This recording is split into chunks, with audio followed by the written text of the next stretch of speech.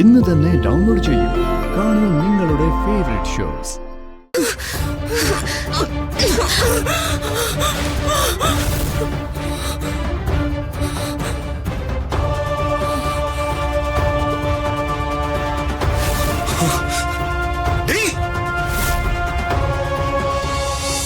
ആർക്കും ഒരു ടെൻഷനും വേണ്ട.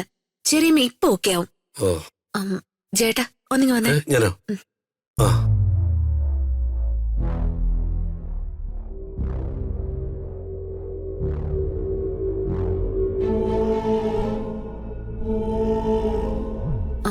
ചേട്ടാ എത്രയും പെട്ടെന്ന് ഈ ടാബ്ലറ്റുമായിട്ട് ഡോക്ടർ സ്വാതിയുടെ മംഗലത്ത് ക്ലിനിക്കിൽ ചെല്ലണം.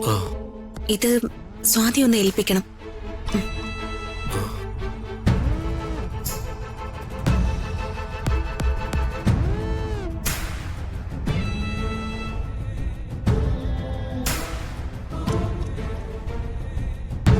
അല്ല നോക്കാവൂ സാറേ. ചെറിച്ച ഒരു ടെൻഷനും വേണ്ട, സമാധാനായിട്ടിരിക്കെ.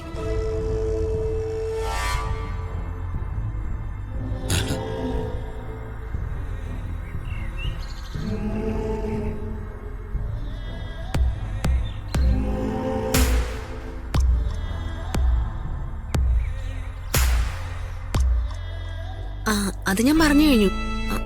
ഓക്കെ, ഞാൻ വിളിക്കാം. അപ്പൊ ഞാൻ നിന്നെ വിട്ടതേ രോഗിയായി കിടക്കുന്ന അവളുടെ മുന്നിൽ വെച്ച് അങ്ങനെ ഒരു അടിപിടി സീന് വേണ്ടാന്ന് കരുതിയാ. ഓ, അപ്പ എന്നെ വെറുതെ വിട്ടതല്ലേ? നീ എന്നെ എടീന്ന് വിളിക്കുവല്ലേടി? ഞാൻ മനഃപൂർവ്വം വിളിച്ചതല്ലല്ലോ, നിങ്ങളെന്നെ വിളിപ്പിച്ചതല്ലേ. എനിക്കേ സൗകര്യമുള്ളതൊക്കെ ഞാൻ ചെയ്യും. നീ ആരാടി ചോദിക്കാൻ? നിങ്ങളുടെ സൗകര്യം അനുസരിച്ച് കൊറേ ഇവിടെ ചെയ്ത് കൂട്ടിയിട്ടുണ്ട്. ഇനി നടക്കില്ല അംബിക വർമ്മേ. ദേ നിന്നെ ഞാനങ്ങ് തീർത്തു കളയും. പിന്നെ ഒരു തീർപ്പുകാരി. കൊറേ കവലച്ചട്ടമ്പികളും ക്രിമിനൽസും ഒക്കെ കൂടെ ഉണ്ടെന്ന് എനിക്കറിയാം. എന്നെ രാജുവിനെ പല പ്രാവശ്യം കൊല്ലാനും നോക്കിയിട്ടുണ്ട്. ഇനി അതൊന്നും നടക്കില്ല. അതിനൊക്കെ ഇറങ്ങി പുറപ്പെട്ട അമ്മ മോന് വിവരം അറിയും. വിവരം അറിയുന്നത് ആരാന്നേ ഞാൻ കാണിച്ചു തരാം. ഞാൻ ആരാണെന്നേ ഇനിയും നിനക്ക് മനസ്സിലായിട്ടില്ല. നിങ്ങൾ ആരാണെന്ന് കൃത്യമായിട്ടും എനിക്ക് വളരെ നേരത്തെ മനസ്സിലായിട്ടുണ്ട്. എന്റെ അച്ഛന് നിങ്ങളോടുള്ള അമിത സ്നേഹം കൊണ്ട് പലപ്പോഴൊക്കെ ഞങ്ങൾ ക്ഷമിച്ചു തന്നിട്ടുണ്ട്. ഇനി എന്തായാലും അങ്ങനെ ക്ഷമിക്കാൻ പറ്റില്ല. നീ എന്ത് ചെയ്യൂടി? നിങ്ങളോടുള്ള കണക്കൊക്കെ ഞാൻ വീട്ടാൻ തുടങ്ങുന്നതേ ഉള്ളൂ അംബികെ. ഇപ്പൊ വീട്ടാൻ പോകുന്ന കണക്കൊന്നും ആ പഴയ അക്കൗണ്ടിൽ പെടുന്നതല്ല.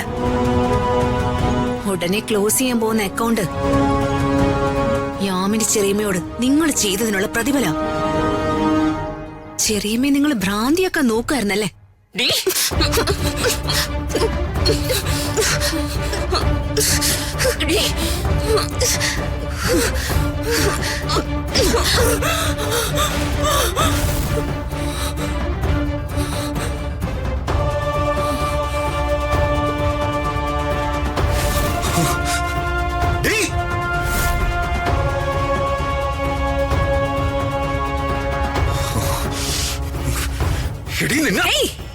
എന്നെ തൊട്ട നിന്റെ കയ്യും കാലും ഞാനിങ്ങ് എടുക്കും. മനസ്സിലായോടാ?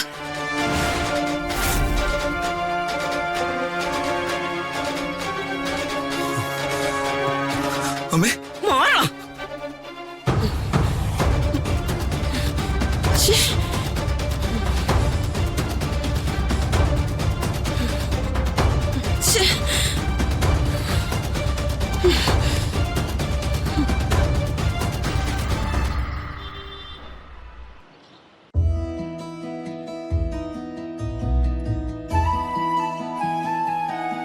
ടാബ്ലറ്റും ഒരു സിറപ്പും ഉണ്ട്.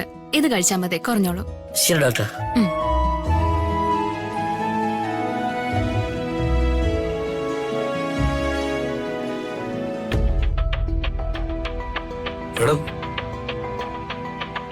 വരൂ. ഡോക്ടർ, ഞാൻ ജയന. മിനിസ്റ്റർ പ്രതാപവർമ്മ സാറിന്റെ വീട്ടിൽ നിന്ന് ഹൃതിക മോള് പറഞ്ഞിട്ട് വന്നതാ. ആ, മനസ്സിലായി. ആ ടാബ്ലറ്റ് കൊണ്ടുവന്നിട്ടുണ്ടോ? ആ, ഉണ്ട് ഡോക്ടർ.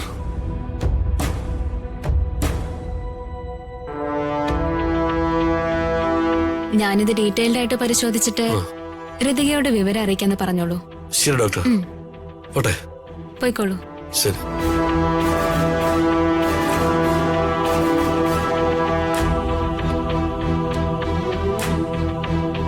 ഹലോ, ഒന്നിങ്ങോട്ട് വരൂ.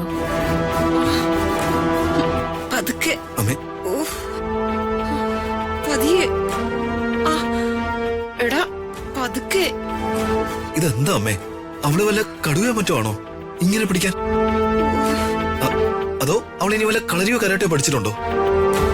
അവളൊരു മണ്ണാങ്കട്ടയും പഠിച്ചിട്ടില്ല. ഞാൻ വിട്ടിട്ട് വേണ്ടി അവള് പഠിക്കാൻ. അവളെ പഴയ ചുരുക്കെല്ലാം കൂടി തീർത്താ. ദേ പിടലേക്ക് ചുവന്ന് കിടക്കുന്നുണ്ടല്ലേ? ഓ, മുടിഞ്ഞ വേദനയാടാ. ഓ, ഇനി വല്ല പെയിൻ കില്ലറും കഴിക്കേണ്ടി വരുമോന്നാ ഞാൻ ആലോചിക്കുന്നത്. അവള് പെടലിക്ക് പിടിച്ചപ്പോ അമ്മയ്ക്ക് അവളെ തലക്കടിച്ച് വീഴ്ത്തിക്കൂടായിരുന്നോ? പണ്ടായിരുന്നെങ്കി ഞാൻ അവളെ കൊല്ലുമായിരുന്നു. പക്ഷേ ഇപ്പൊ അത് പറ്റില്ല. മുടിയാനായിട്ടേ കൽക്കട്ടേന്ന് ആ കിളവി ഇങ്ങോട്ട് എഴുന്നള്ളി ഇവിടെ പ്രതിഷ്ഠിച്ചിരിക്കുവല്ലേ. നാശം പിടിക്കാൻ. കൊച്ചുമോളെ എന്തെങ്കിലും പറയാൻ പറ്റോ? കിളവി ഉടനെ ചാടി വീഴില്ലേ. ഹോ, ഒരക്ഷരം അതവരോട് എതിർത്ത് പറയാനും പറ്റില്ല. അപ്പൊ അവര് ഇവിടുന്ന് അടിച്ചിറക്കും. അങ്ങനെ ഇറങ്ങി പോകാനേ തൽക്കാലം എനിക്ക് മനസ്സില്ല.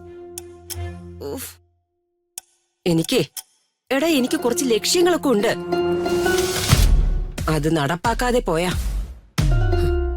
അത് വലിയൊരു പരാജയമായിരിക്കും. അല്ല, ഇതിനെന്താ അമ്മേ ഒരു സൊല്യൂഷൻ? ആ മഹാദേവനെ തീർത്തതുപോലെ ഇവരെയും തീർക്കണം. അതിനുള്ള അവസരം കാത്തിരിക്കുക ഞാൻ. ഇപ്പൊ കാറ്റേ എനിക്കും നിനക്കും എതിരാ. അതുകൊണ്ട് നമ്മുടെ പിടിയിലുള്ള ആ ജഗൻ ചാടിപ്പോകാതെ നീ സൂക്ഷിക്കണം. ഇനി എന്റെ കയ്യിൽ നിന്ന് അവൻ രക്ഷപ്പെടില്ല. നീയേ മുംബൈയിലുള്ള ഒരു കൊട്ടേഷൻ സംഘത്തെ പറ്റി പറഞ്ഞിട്ടില്ലേ? ആ, പറഞ്ഞിട്ടുണ്ട്. അവരെ വിളിക്കട്ടെ? ആ, വിളിക്കാം. പക്ഷെ ഞാൻ പറഞ്ഞിട്ട് മതി. ഉഫ്.